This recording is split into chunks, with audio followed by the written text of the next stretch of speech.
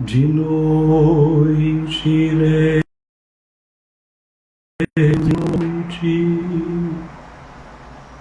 pois para encontrar a fonte, só nossa sede clareia, só nossa sede clareia. De noite iremos, de noite, pois para encontrar a fonte, só nossa sede clareia, só nossa sede clareia.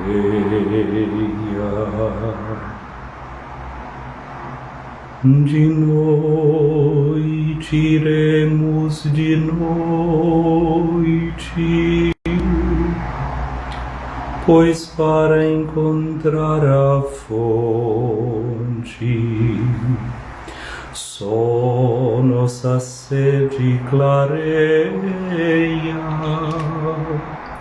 só nossa sede clareia. O dia está amanhecendo e eu já começo cantando de noite, iremos de noite. O Evangelho de hoje nos coloca exatamente isso, em um entardecer. O entardecer para nós cristãs e cristãos tem uma marca muito forte, como para todos os seres humanos, né? O entardecer, o chegar da noite, evoca lembranças, fala de situações de medos primitivos que a própria humanidade aprendeu a conviver com eles e a vencê-los em muitas dificuldades. Eu não sei se para você, na sua vida, na sua existência, é um momento assim de espécie de noite que está chegando, de entardecer. Mas a humanidade está vivendo uma experiência como essa, né? Que os medos ancestrais foram reevocados dentro de nós. Tem até um alarme que agora soa, quase que para dizer que está confirmando isso que eu estou dizendo agora. De noite iremos, de noite, pois para encontrar a fonte, só nossa sede clareia, só nossa sede clareia. Esse refrão que eu comecei a cantar no início dessa transmissão e repeti agora, ele é tirado das expressões de São João da Cruz. São João da Cruz fala da noite espiritual, da noite escura da alma, que muitas vezes na alma da gente aparece esse momento de uma certa escuridão. Mas ele não deve meter medo na gente, esse medo, essa escuridão. A gente deve prestar atenção mesmo na sede que a gente carrega bem dentro da gente. E mesmo que tudo fique escuro em volta de nós, a sede clareia, a sede dá o norte, porque a sede pede fonte, a sede pede água, quase como se tivesse um sensor existencial que nos levasse para a fonte, nos levasse para o lugar certo, nos levasse para aquele ponto onde a sede pode ser saciada. Medo, sede, noite. Capítulo 24 de Lucas nos fala de dois discípulos que no dia da ressurreição de Jesus estavam voltando para Emaús, preocupados, conversando sobre a tristeza deles, sobre o que tinha acontecido. E Jesus entrou no meio da conversa e seguiu um pedaço de estrada com eles, e quando chegou no povoado onde eles moravam, Jesus fez de conta que ia mais adiante, e eles disseram: Senhor, fica conosco, porque já é tarde. O dia declina. Hoje nós queremos também dizer a mesma coisa a Jesus, que Ele fique conosco nessa página do Evangelho que a Igreja abre e nos oferece no dia de hoje. Nós estamos lendo a cada domingo, nesse chamado Tempo Comum, o Evangelho segundo Marcos. Nós já sabemos que esse evangelho é um evangelho que foi escrito para uma comunidade de pagãos, possivelmente. É uma comunidade que vivia aqui na cidade de Roma, para quem esse evangelho foi escrito, e ele reflete a catequese do apóstolo Pedro. Marcos, no início, ele fazia parte da equipe missionária de São Paulo. São Paulo tinha uma estratégia missionária que começava justamente o seguinte: em cada cidade onde ele chegava, a primeira porta que ele batia era na porta dos judeus. Ele ia para as sinagogas, e lá nas sinagogas ele começava a apresentar para pessoas Jesus. Como conheciam os judeus as escrituras, ele sempre tentava mostrar para aqueles judeus que Jesus era esse que cumpria as escrituras. Houve um momento de desentendimento entre Marcos e Paulo, e Marcos saiu daquela equipe. E uma marca que nós vamos notar no evangelho de Marcos é que Marcos é um evangelho de uma grande simpatia pelos pagãos, de uma grande simpatia pelos estrangeiros. Tanto é que no fim do Evangelho de Marcos, quem faz a grande profissão de fé em Jesus, dizendo que de verdade aquele era o Filho de Deus, foi um centurião romano, pois era um estrangeiro, representante dessa comunidade para quem ele dirige o seu Evangelho, para quem Pedro dirigia a sua pregação. Hoje o texto do Evangelho é o de Marcos no capítulo 4, versículos de 35 a 41. Mas antes vimos que nesse capítulo 4 Jesus estava contando parábolas. Jesus encerrou com aquela parábola daquele grãozinho que caía na terra, que o agricultor ia dormia e acordava e a semente crescia. Depois contou a parábola daquela sementinha de mostarda, que significava exatamente a fé que o ser humano tem, mas também o próprio reino de Deus, que é assim, pequenino como um grão de mostarda que cresce e depois se transforma numa árvore muito grande. Terminado de contar essas parábolas, que Jesus, para contá-las, estava em cima de um barco também, para fazer daquele lugar como uma espécie do seu púlpito, para falar para as multidões que estavam diante dele. E então continua hoje a história de hoje. Então nós deixamos de ver agora Jesus, que estava como um missionário, como um evangelizador pregando, e vamos ver como é que essa história continua. Diz-nos Marcos: naquele dia, ou seja, naquele dia em que Jesus estava contando todas aquelas parábolas que nós já ouvimos, ao cair da tarde, ou seja, começando a noite, Jesus disse aos seus discípulos: vamos para outra margem. Estamos no lago de Genezaré. O lago de Genezaré, eles achavam assim que era um lago tão importante para eles, que eles chamavam de mar, o mar da Galileia. Eu sou lá da Bahia, e aí na Bahia nós temos o lago de Sobradinho. O lago de Sobradinho, só de largura, ele varia entre 5 a 50 metros de largura. Estou falando da largura, não estou falando do comprimento. De comprimento ele tem 280 metros de comprimento. Esse lago de Genezaré, que eles chamavam de um mar, ele tinha de comprimento 21 quilômetros, não, perdão, lá foi uma loucura, quilômetros, né?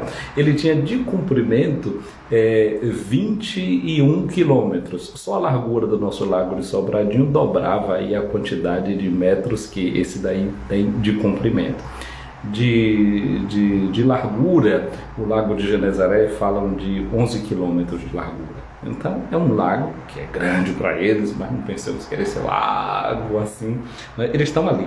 Agora o que acontece é que do lado que Jesus está é a terra de Israel, o que nós chamamos de Terra Santa, e eles assim consideravam realmente a terra deles como uma terra santa. O outro lado significava fazer uma travessia e ir para o estrangeiro. Ir para fora do seu país, ir para a terra pagã. Mas na mentalidade de Israel, falar de uma noite, de uma travessia de um mar, porque para eles isso aqui é um mar, não é? é o lago, mas que eles consideram o Mar da Galileia. Eles evocam aquela passagem que o povo de Israel fez durante uma noite do Mar Vermelho. Portanto, nós estamos diante de um evangelho que de alguma forma evoca a Páscoa. Não estamos pura e simplesmente diante de uma crônica, não é isso que Marcos está fazendo. Não é uma página de crônica jornalística, não é a narração de uma simples história, é uma página de catequese. Essa é uma forma de fazer catequese. É uma página teológica, o que Marcos está oferecendo para nós aqui hoje. E Jesus diz, vamos para outra margem, ou seja, vamos para a terra dos pagãos.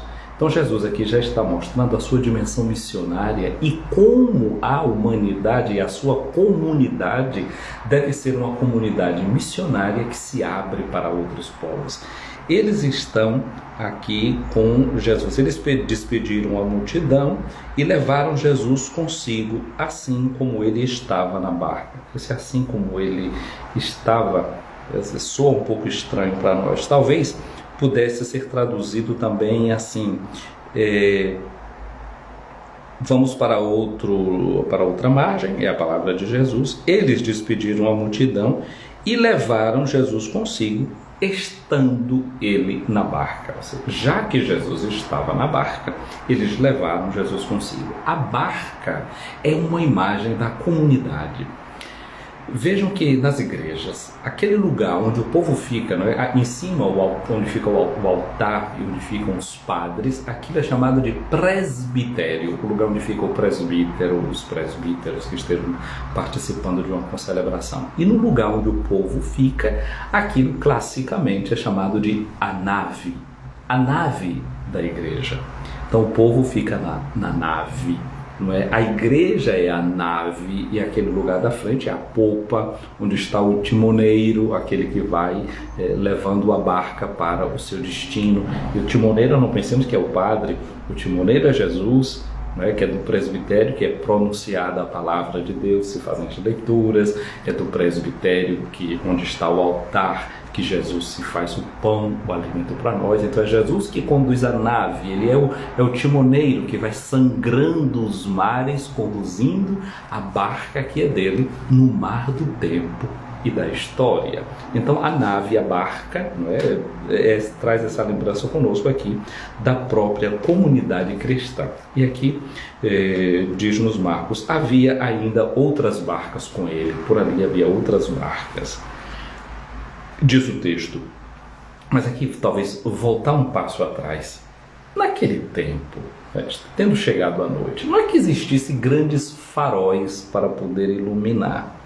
Havia naquele tempo, inclusive, por exemplo, nas grandes navegações em mar aberto, que era que acontecia? Quando chegava o período do inverno, fechavam os portos, justamente porque tinha pouca luz, tinha muito vento, então essas viagens não se faziam. Normalmente as viagens de barco elas eram permitidas no tempo do verão, os dias são mais longos, não é? A lua, quando aparece, pode dar, o céu fica aberto, os marinheiros podem ir seguindo pelas estrelas e caminhando para chegar no porto onde eles desejam. Sair de noite para fazer uma travessia não é a coisa mais indicada. O melhor para navegar é mesmo durante o dia. Mas Jesus, mesmo tendo essa situação que é de noite, ele convida a sua comunidade e aos seus discípulos a fazer essa travessia para o outro lado. Ou seja, a gente não deve ficar encontrando desculpas para não partir. A gente não deve encontrar desculpas para não assumir a nossa missão. Se você tem um bocadinho de intimidade com a Bíblia, você lembra no Antigo Testamento alguma figura que pegou alguma barca para ir para alguma terra estrangeira para anunciar a palavra de Deus? Você já se lembrou de alguém? Se não se lembrou, vou dar a dica. Começa com a mesma letra que começa o nome de Jesus. Isso mesmo, o profeta Jonas. Jonas é uma palavra que na língua de Jesus significa pomba. pomba que aparece também no momento do batismo de Jesus, quando o céu é aberto e o Espírito aparece na forma de pomba. Pois é, Jonas quis fugir da sua missão de anunciar o Evangelho na terra dos pagãos, não é? Na cidade de Nínive. Ele quis fugir de lá. E depois que ele entrou num barco, começou uma grande tempestade. Fizeram lá um sorteio para ver se tinha alguém ali com alguma que estivesse trazendo alguma espécie de maldição para eles, e descobrem a sorte cai em Jonas. Eles dizem, rapaz, o que é que aconteceu? E ele contou a história dele. Pegaram Jonas e jogaram fora da barca. Veio uma bonança e um crustáceo engole o profeta e o joga no lugar da sua missão. É interessante que hoje em dia, na psicologia, William James, que é o pai da psicologia americana, falou de um chamado complexo de Jonas. Complexo de Jonas é aquele complexo que uma pessoa tem de se dar bem na vida, de conseguir o sucesso, o medo de ter sucesso, o medo de arriscar para fazer as coisas e as coisas começarem a darem bem, porque ele vai ter que estar sempre trabalhando mais. Então é preferível uma pessoa ficar num vitimismo, se lamentando, chorando, do que se aventurar para fazer a grande travessia da vida, correndo todos os riscos. É de noite, mas Jesus chama os seus discípulos para atravessarem. Jesus convida a sua igreja para correr riscos, mesmo que seja à noite. Não ficar desfilando uma ladainha e um rosário de desculpas para não dar passos e para não enfrentar dificuldades, situações que podem ser incômodas para nós. Estamos atravessando alguma noite, estamos passando por alguma dificuldade, convém ter a coragem. Portanto, o panorama que evoca um pouco aqui essa travessia, não é? É essa imagem também de Jonas. Só que Jesus é o contrário de Jonas. Jonas teve medo da sua missão. Jesus é o contrário, é esse que assume a sua missão. E depois ele até vai dizer que aquela geração mais perversa, no Evangelho de Mateus ele diz isso, não vai ser dado um outro sinal, um sinal de Jonas, como aquele sinal de que leva 3 dias no interior do crustáceo, da baleia, e depois sai vivo lá de dentro, o próprio Jesus. É esse que levará 3 dias no ventre da terra e ressuscitará. De novo, essa evocação como uma imagem pascal contida dentro desse evangelho. Nos lembra a travessia que o próprio povo de Israel faz no Mar Vermelho, nos lembra essa travessia de Jonas para ir para Nínive, e a própria imagem dele retido no interior desse peixe evoca toda essa imagem de Páscoa e de ressurreição. Portanto, Marcos aqui está de alguma forma narrando para nós a Páscoa de Jesus, a passagem de Jesus para o outro lado, que é uma passagem que Jesus agora entregou nas mãos da igreja, que é a sua nave, que é a sua barca, para que ele faça a mesma coisa, ela faça a mesma coisa, ela faça sempre Páscoa, ela aprenda a passar das margens do medo, das margens das dificuldades, e ir para o outro lado. O outro lado que aparece ameaçador, porque é a terra de pagãos. Depois nós vamos ver na continuação desse evangelho o que é que vai acontecer do outro lado. Jesus vai encontrar um homem endemoniado que vivia lá dentro dos cemitérios.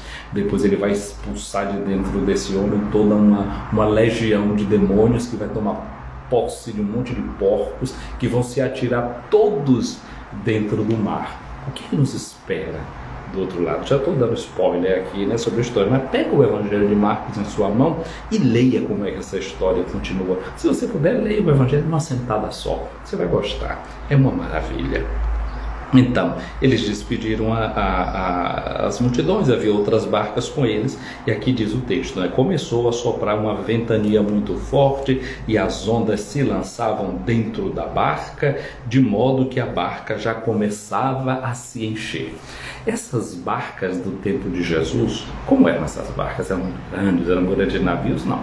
Normalmente eram barcas que mediam 8 metros de comprimento, 8 metros de comprimento por 2 metros de largura.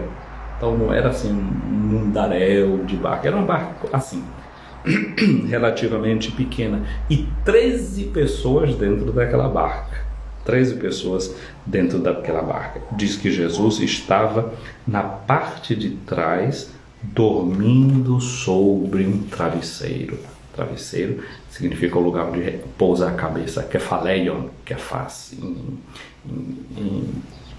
Em hebraico tem uma raiz para falar de pedra, né? Que é fácil, mas é também cabeça, significa cabeça, né? Quando a pessoa está com dor de cabeça, está com cefaleia, né? Kefas.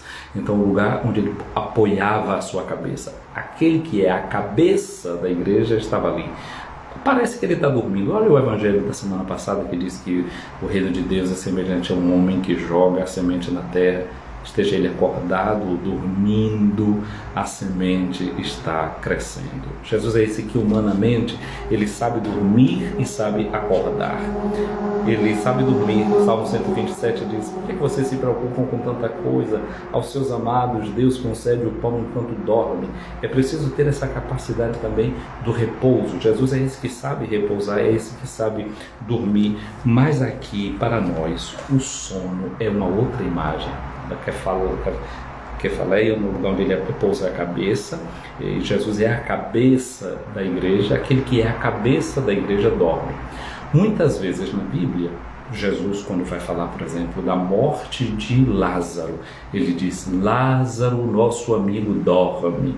Quando ele vai ressuscitar, deixem passar a palavra, a ressuscitar a filha de Jairo, que chega lá, está aquela agonia toda, ele diz: fiquem calmos, a menina está dormindo. São formas de se referir à morte como sono. Até hoje nós temos isso na nossa linguagem.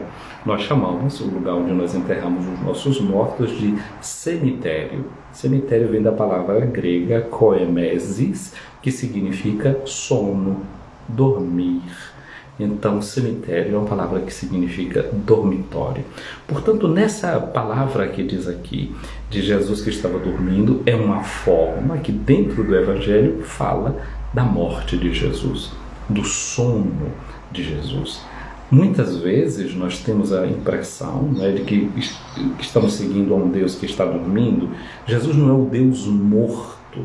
Ele é aquele que está vivo no meio da nossa comunidade. Mas em algum momento pode ser que a comunidade cristã tenha essa sensação de que essa presença do vivente não pode ser feita dentro da comunidade. Aí foi que os discípulos fizeram. Eles acordaram Jesus e disseram: acordar, o verbo que aqui está na língua grega, é o verbo que também é usado para ressurreição, ressurgir, despertar, levantar. Quase como que dizendo que é a comunidade que desperta, porque a comunidade de fato deve despertar em si a memória do Senhor que está vivo, que ressuscitou realmente dos mortos. Então eles se dirigem a Jesus, isso aqui é uma espécie de oração, podemos dizer assim. Eles dizem: mestre, estamos perecendo e tu não te importas? Veja o tom que eu dei para essa frase. Mas essa frase poderia ter um outro tom, esse é o tom da minha interpretação. Como será que os discípulos disseram realmente isso? Nós não temos o registro. Mas eu e você, lendo essa página do Evangelho, nós podemos despertar em nós os nossos sentimentos e nos dirigir a Jesus com aquele tom que é nosso. O que o texto bíblico está dizendo é isso, que nós podemos nos aproximar do nosso mestre, que é Jesus, com aquela forma que o nosso coração nos permite de sentir a vida e sentir as coisas, e dialogar com Ele, e falar com Ele, e ter a coragem de assumir as nossas dores, ter a coragem de assumir as nossas problemáticas. Jesus se levantou e ordenou para o vento e o mar: silêncio, cala-te. O vento cessou e houve uma grande calmaria. Então Jesus perguntou aos discípulos: por que sois tão medrosos? Ainda não tendes fé? E aqui nós chegamos ao ponto desse evangelho de hoje. O evangelho de hoje é uma parábola também para nos falar da fé da comunidade. Todos os dias, quando o padre celebra a Eucaristia, ali nessa parte do altar da igreja, onde está o altar que nós chamamos de presbitério, né? O cristão, todos de cada lado, chamada nave, mas todos um único corpo de Cristo, o padre diz: eis o mistério da fé. A fé que é um mistério pequenino, como a Sagrada Escritura, como Jesus nos disse: se for pequenino como um grão de mostarda, se for assim, a gente já é capaz de transportar montanhas, de remover montanhas. de desenraizar árvores. Jesus pergunta: ainda não tendes fé? O Evangelho de hoje é contado para fazer essa pergunta a você. Diante das crises, diante das dificuldades, diante dos problemas da vida, temos ou não fé? Os discípulos, uma certa feita, estão diante de uma dificuldade muito grande para realizar o desejo de um pai que tinha dificuldade com seus filhos, e Jesus de novo chama a atenção deles porque eles não tinham fé. E os discípulos dizem para Jesus: Senhor, aumenta em nós a fé. Esse Evangelho de hoje deve fazer também com que a gente faça essa oração, não apenas aquela oração de dizer a Jesus: não te importas que nós estamos perecendo, mas de agora fazemos essa outra oração depois que Jesus despertou essa nossa consciência de que a nossa fé é pequena, e dizer para Ele: Senhor, aumenta em nós a fé. Os discípulos, vendo que Jesus tinha acalmado o mar, porque acalmar o mar e acalmar as tempestades, ter poder sobre as águas, é uma prerrogativa de Deus. A primeira leitura de hoje do livro de Jó, capítulo 38, versículos 1, depois de 8 até o versículo 11, diz assim: O Senhor respondeu a Jó do meio da tempestade. Agora hoje o Senhor responde a você e responde a mim a partir de Jesus, do meio dessa tempestade. E o Senhor disse para Jó: Quem fechou o mar com as portas quando ele jorrou com ímpeto do seio materno? Quando eu lhe dava nuvens por vestes e névoas espessas por faixas? Quando marquei seus limites e coloquei portas e trancas e disse: Até aqui chegarás e não além. Aqui cessa a arrogância das tuas ondas.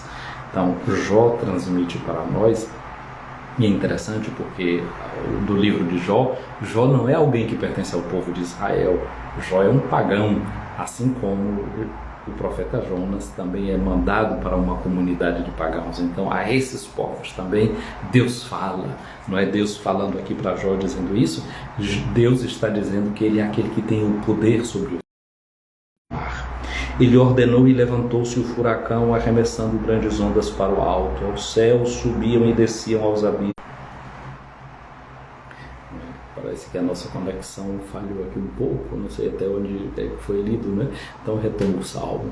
Ele ordenou e levantou-se o furacão, arremessando grandes ondas para o alto.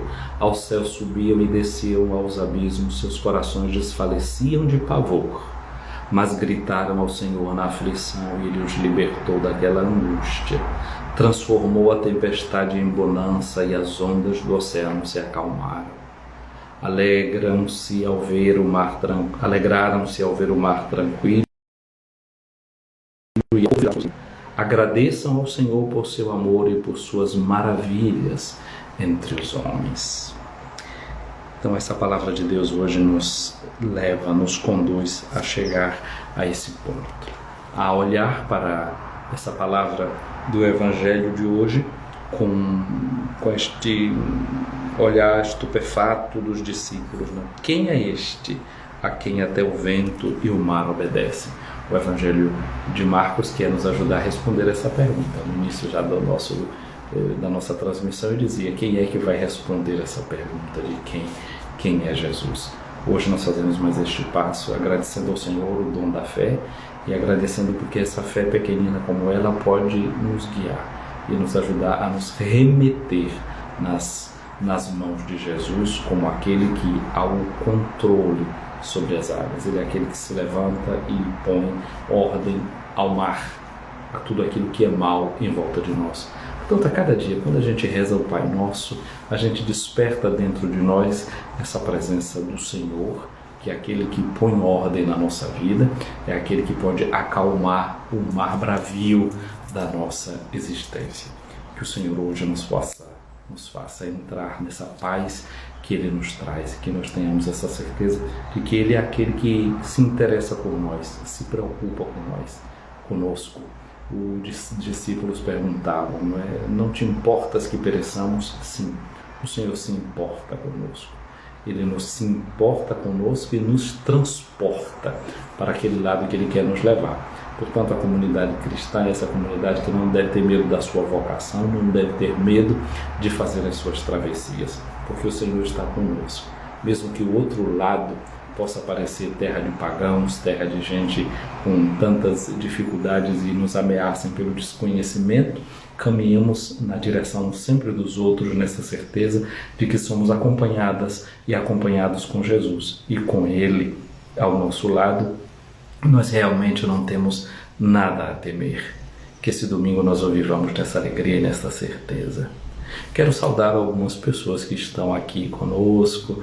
No Brasil está muito cedo, então vocês do Brasil vão ver o vídeo depois, mas estou vendo aqui a Dio Cláudia, eu tenho aqui o Tiago Rosário, daí da Califórnia, nos Estados Unidos, é um santo antoniense aí da Califórnia. Um abraço para esse meu conterrâneo aí nas terras Yankees, e um abraço também aqui para Carla Gripe, que daqui de Roma acompanha essa nossa transmissão, mesmo aqui pré-cortada pela internet que está oscilando aqui um pouco, mas muito bem, um pouco de ventania e de tempestade também aqui na transmissão, mas conseguimos chegar ao fim.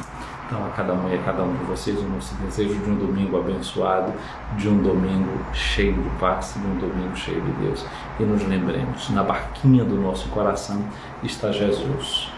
Mesmo que ele aparente estar dormindo, nós o podemos despertar, não é? Com a nossa oração. Ter a coragem de ir até Jesus. Ele está ali com a sua cabeça pousada nesse seu travesseiro, naquele lugar da polpa, aquele lugar de onde se controla a direção do barco. Ele está ali, não está morto não. Ele é o ressuscitado. E nós podemos ressuscitar em nós esse dom da fé e nos confiarmos sempre em suas mãos. O Senhor esteja acima de ti para te proteger, sobre ti para te proteger. O Senhor esteja diante de ti para te guiar. O Senhor esteja de trás de ti para te defender. O Senhor esteja ao teu lado para te acompanhar. O Senhor esteja dentro de ti para te abençoar. A bênção de Deus Todo-Poderoso, o Pai, o Filho e o Espírito Santo, desça sobre ti e permaneça para sempre. Um domingo abençoado, fiquem com Deus, bom início de semana, feliz Páscoa semanal.